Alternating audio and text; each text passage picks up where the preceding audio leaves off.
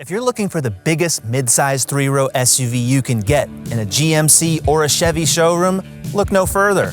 The new Traverse and the Acadia. Both of these are the more off-road capable trims, the Z71 and the AT4. For 2025, they're packing lots of space, a ton of technology, and a lot of utility, all for under $60,000. The Acadia and the Traverse were brand new for 2024, and this is the first time there's any off-road trims that Chevy or GMC has offered on these big three-row family SUVs. Now that they're in their third generation, neither of them have ever looked this good until right now. The Traverse wears a very aggressive front end. It looks like a Silverado full-size pickup truck. The thin LED lights on top, the big LED headlights below, that echoes a lot of Chevy's other SUVs. And in the largest size, I gotta say, it looks really, really good. It's tough on these 18-inch all-terrain tires. You get red tow hooks, metal skid plates, and a nice big blacked-out grille. I love the way this truck looks. It really looks like I'm driving a Tahoe, but you're not. You're driving something that's car-like. It's based on a car chassis, yet it still has all that ruggedness of a big SUV. The old Traverse never looked like that. And between these two, from the profile and the front, I really like the aggressiveness of the Traverse. The Acadia is toned down next to that Traverse. It's blacked out all over, very similar to the Traverse, but it seems a little smoother to me, especially up front. That might be your take. It still has the red tow hooks, because it'll get the skid plate, the all-terrain tires, smaller 18-inch wheels. You can get up to 22s if you're getting a Denali, but here, it definitely still looks rugged, but smoother overall in profile. I just don't think it really wears the AT4 label as well as other GMC models like the Sierra, for example. That one definitely has the more rugged look. But if you want subtlety, this one definitely has it. A neat little feature here on the Acadia are these side marker lights on every single fender. They don't really do anything, although GMC claims that at night, if you're going into a campsite, it'll help illuminate the sides of the vehicle, but it definitely makes the Acadia more noticeable. There's glossy black trim that connects the taillights on both of these tailgates. You just can't see it right now in this black Acadia. But the Traverse just has more curves and there's more creases going on. I like these taillights. They kind of remind me of boomerangs as they wrap around those rear fenders. There's just more excitement going on in the back, which really you can't say much for most SUVs, but this one definitely has more of it. The GMC just seems more conservative, but both of them are wearing quad exhaust tips, so that is pretty prominent, even though their engines really aren't much to talk about. These SUVs may say midsize, but they're truly large. The wheelbase is 8.4 inches than the previous generation. That matches both the GMC Yukon and the Chevy Tahoe. Both of them are 10.6 inches longer than before, over 3 inches higher, and 5.6 inches wider. If you're buying the AT4 or the Z71, the ground clearance goes up another inch to 7.8. On the Traverse, heated front seats, a heated steering wheel, wireless charging, and an 8-way power driver's seat are all standard, just like they are in the Acadia.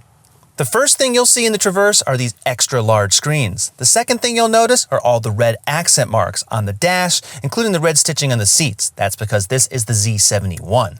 The rest of the dash layout, it looks pretty good, but not all the materials are really where they should be on a vehicle costing nearly $55,000. While the Z71 also has this leatherette kind of rugged feel inside because this is the off-road trim, it doesn't feel quite as good. All the materials are a bit rougher feeling than they are in that Acadia. The Acadia AT4 has a more pleasing mix of fake materials. It's not actual leather, it feels very vinyl-y and rubbery, but the actual quality of it is definitely a few cuts above that Traverse Z71. The Acadia AT4 comes with this cloth and leatherette combo that does look better, especially with the copper piping and the red stitching on the seats. It does come off as slightly more upscale, especially when you see that nice portrait touchscreen. Even the fake wood trim looks decent. It's really a matter of taste, and neither of these trucks really are that high-end for this type of money.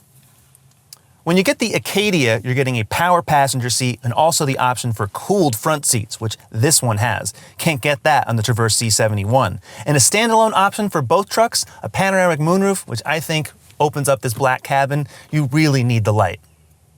The Traverse is either 7 or 8 passenger. And the 8 passenger is only on the base LT, otherwise you're getting captain's chairs just like these, plenty of room, way more legroom than before, and third zone climate is included, but heated outboard seats not available on the Z71. You gotta step up to the RS for that. The Acadia comes as either 7 or 8 passengers. 8 is only for the base elevation trim. And back here though, I have heated outboard seats. Again, the nice panoramic moonroof, third zone climate, and really a lot of nice recline in here. The seats, they're pretty flat just like the front, but at least for a while you're not gonna complain because there's so much space. In the Traverse, these rear quarter windows are actually a little bit slimmer than those in the Acadia. Same legroom, same headroom, circular air vents up here that you have to push. Not as simple or smooth to use as the square vents in the Acadia, but USB-C ports on both sides and just really easy seats that you can quickly get out of the way so you can exit quickly. Without moving this seat in any way from when I just had it, there's not a lot of legroom, but headroom definitely makes up for that.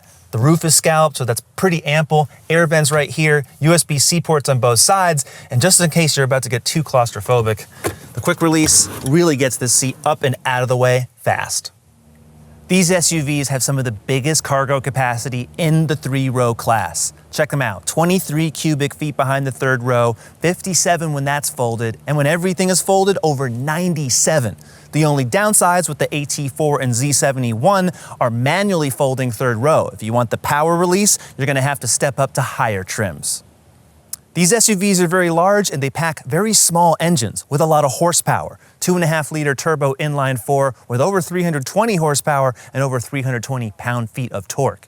8-speed automatic transmission, front-wheel drive is the default unless you get these off-road versions, the AT4 and the Z71, which come standard with all-wheel drive and a twin-clutch rear diff. They both tow 5,000 pounds when you're using all-wheel drive. Otherwise, it's very, very low if you're just getting the front-wheel drive versions of both of these cars. Fuel efficiency, also decent, but because there's no hybrid or plug-in hybrid options, it's just really middling when you compare them to other SUVs. The biggest difference, and I have to yell a little bit in here, is the noise. Now, every Acadia has active noise cancellation that cuts out a lot of the drivetrain and the engine, the vibrations, and a lot of the harsh sounds, but not on this Traverse. You have to step up to a much higher trim to get that. There's no acoustic laminated windshield on this Z71 either, so overall, it just feels a lot louder than in the Acadia, especially louder than the Acadia Denali that I also recently tested.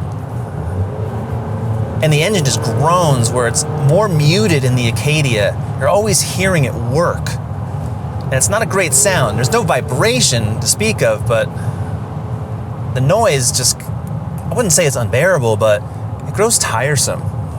For that alone, I would want to be in the Acadia, especially if I'm having to go up hills or your driving style is such where, hey, you're gonna be needing those lower gears, need to do more passing.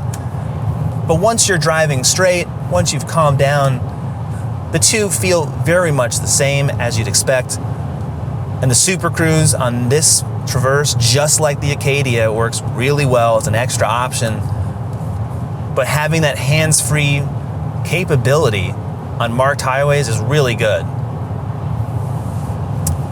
Even though these are rougher all-terrain tires, I don't feel any of that roughness in the cabin. Also, the tire noise and hum, they're virtually non-existent because they're really street-tuned off-road tires, which a lot of these ATs are these days, really good. The Traverse, though, really a lot more wind noise and engine noise seep into this cabin versus the Acadia AT4. So if you don't want that and you really want the Chevy, I would say you got to step up to an RS or the new High Country.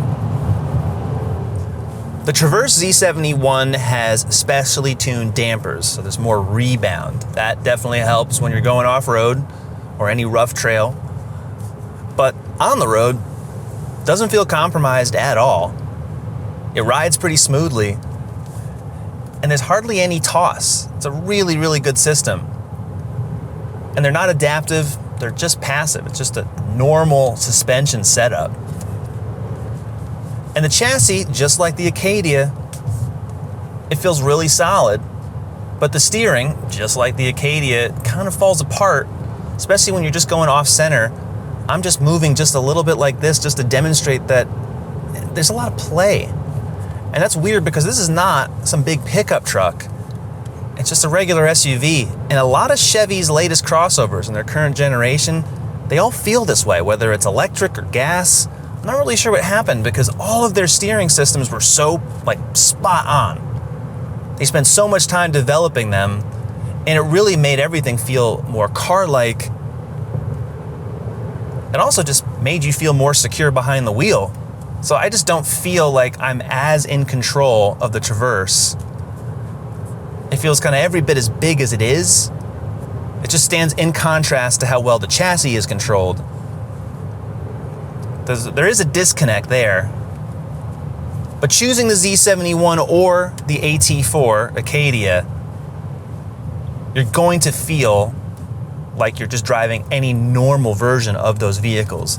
So the fact that it's off-road tuned, it's nice that you're not having to put up with anything worse in the vehicle because of that. The chassis and the way the body roll are controlled, it's really good. It's hardly noticeable. Even when you're coming to a stop or just making a quick turn, it's like, it is really well controlled.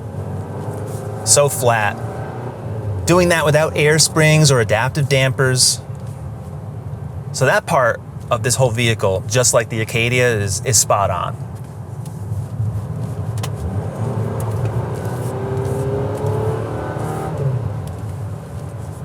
I mean, it's a good handling SUV. Not fun by any means, but very predictable.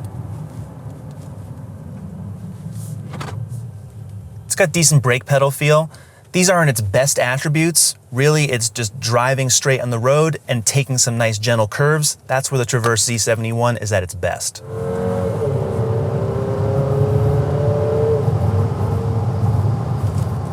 Now the engine noise is slightly more muted than in the Traverse, and there's definitely less wind noise.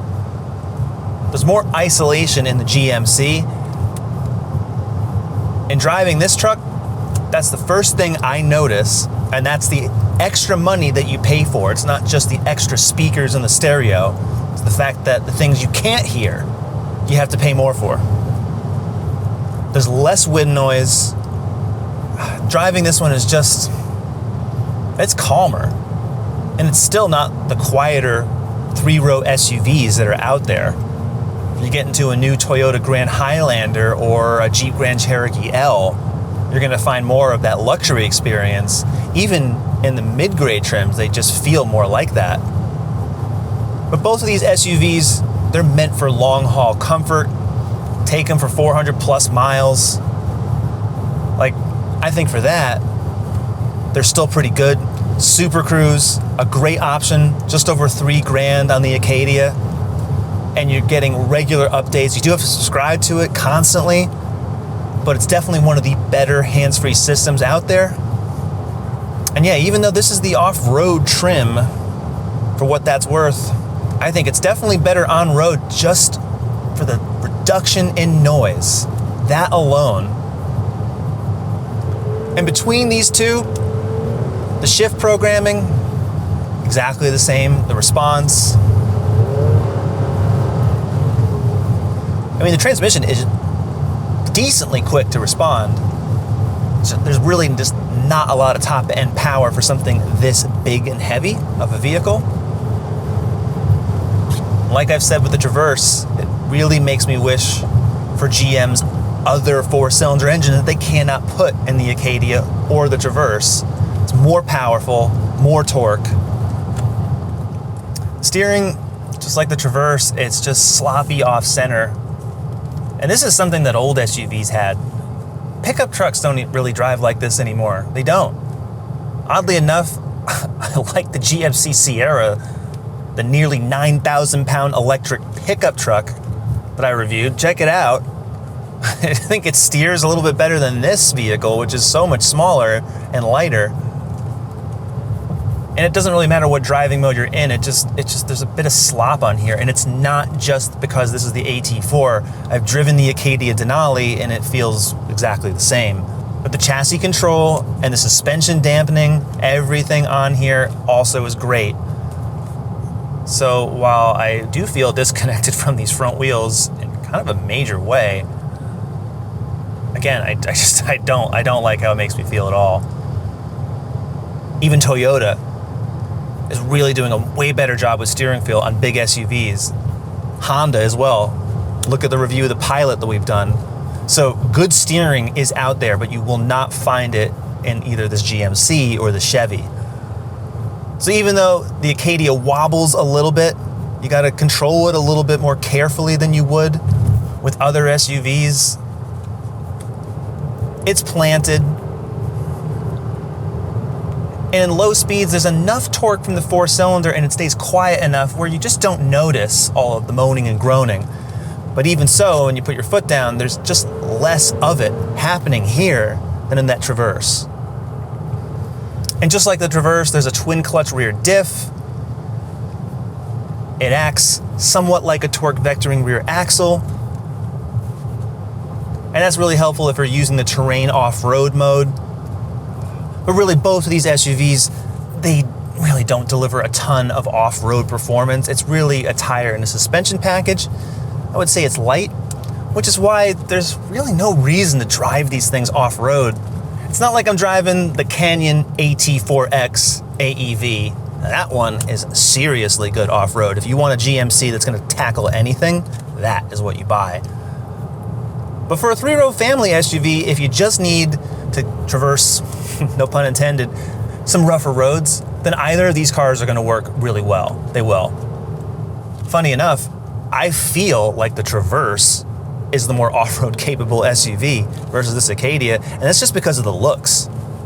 From behind the wheel, there's no difference, but from that exterior, I don't know, at least when you pull up in that car, it looks like you're really, really ready to get down to business.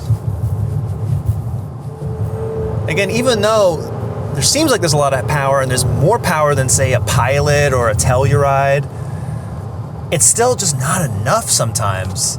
It's just, really, if you're gonna merge onto highways you need to pass, neither of these two SUVs is really the one. For the same amount of money, you could get into a Ford Explorer with a turbo V6. In fact, I've compared the Acadia against the Explorer. Watch it. Similar size SUVs know the Explorer, and a lot of other SUVs are smaller than this Acadia or the Traverse. But definitely a powertrain weakness as these vehicles get bigger. The Acadia is a lot bigger than it used to be. And even though on the screen, well, higher horsepower, higher torque, it doesn't always feel that way on the road. And I will hand it to General Motors, because whether it's the GMC or the Chevrolet, the body control and just the chassis rigidity, they're all on point. So that's pretty confidence inspiring for such a big vehicle, especially. And the brakes are okay, but I would just advise against towing anything too heavy because the brakes are still small. So you're not gonna want to tax a vehicle like this. The Traverse has a 17.7-inch touchscreen. It's large, it's really bright, really helpful for these camera views. And also wireless Apple CarPlay and Android Auto, which the electric Chevys do not even offer, not even as a wired connection. So that's also really nice. Good graphics. You can add anything you want to the instrument panel from here. Legibility is really good. The only thing that's not, headlight controls, other systems here that are really very functional and you can't see, it's partially blocked by the steering wheel.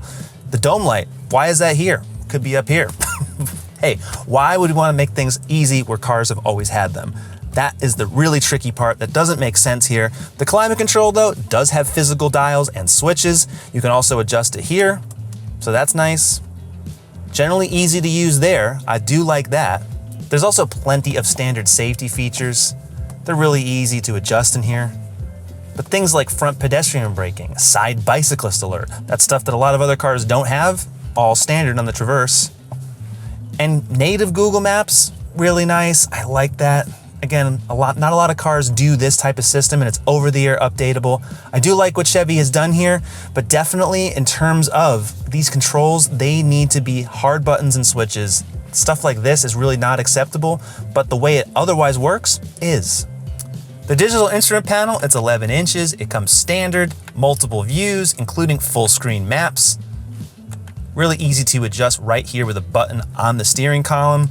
few other things. Yeah, you can adjust radio favorites. GM it's pretty simple. I like that. I do wish though that there was a few more things you could do, like changing a lot of the graphics on here, but to do that, you have to go through the touchscreen first. The Acadia has a 15-inch vertical touchscreen with a completely different layout. It's still running the same Google OS, so you get native maps and the assistant, all of that stuff. The icons though, in practice, I don't like the way they look in comparison to the Chevy. It's harder to find at a glance because everything is just so thin and white. It all looks the exact same. And down here, there's a lot of blank switches. Here's the headlights. I mean, the Chevy has something similar, but this is even harder to use. For example, what are all these blanks? Well, things come up when you're using them, but you cannot customize them. The cameras are nice, I do like that, and there's plenty of settings. So many safety features do come standard. Front pedestrian braking, you even get side bicyclist alert. So many things come standard on both of these vehicles, so I do like that quite a lot. And on the Acadia, you're getting a 12-speaker Bose stereo as standard, where that's an option, and it only has 10 speakers on the Traverse.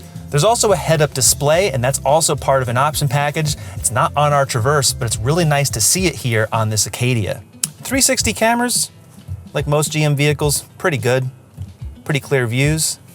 And wireless Apple CarPlay and Android Auto are on these versions. You cannot get them on electric versions of GMCs and Chevys. Don't know why that is, but if you're plugging a phone in, this is great, and you don't have to plug it in. Wireless charging also comes standard. On the GMC, there's slightly different graphics, but the same customization with the different layouts. You get Google Maps, and here right now, it's actually using the phone's Apple Maps. That's pretty nice because you normally cannot get that on a car's instrument panel. GMC is doing that. And generally, the graphics are pretty crisp and clean. The 2025 Chevrolet Traverse starts at around $42,000. There are 4 trims. We tested the Z71 with the Super Cruise option for around $54,000. The 2025 GMC Acadia starts at $44,000. There are 3 trims. The one we tested, the AT4 with the panoramic moonroof, luxury package, and Super Cruise, $59,000. The Traverse wins not for saving a few $1,000s over the Acadia, because it makes the mission of an off-road family SUV way more approachable. This Z71 is so aggressive, I love that it looks like a Silverado, only it's lengthened and boxier and lower to the ground. That's really what a 3-row family SUV is trying to be here. And for the $50,000 segment, I think it's delivering a lot of utility, a ton of space, and a lot of technology. But what do you think? We reviewed lots of 3-row SUVs just like both of these two. So go to CarGurus.com, subscribe to the YouTube channel. We'll see you next time.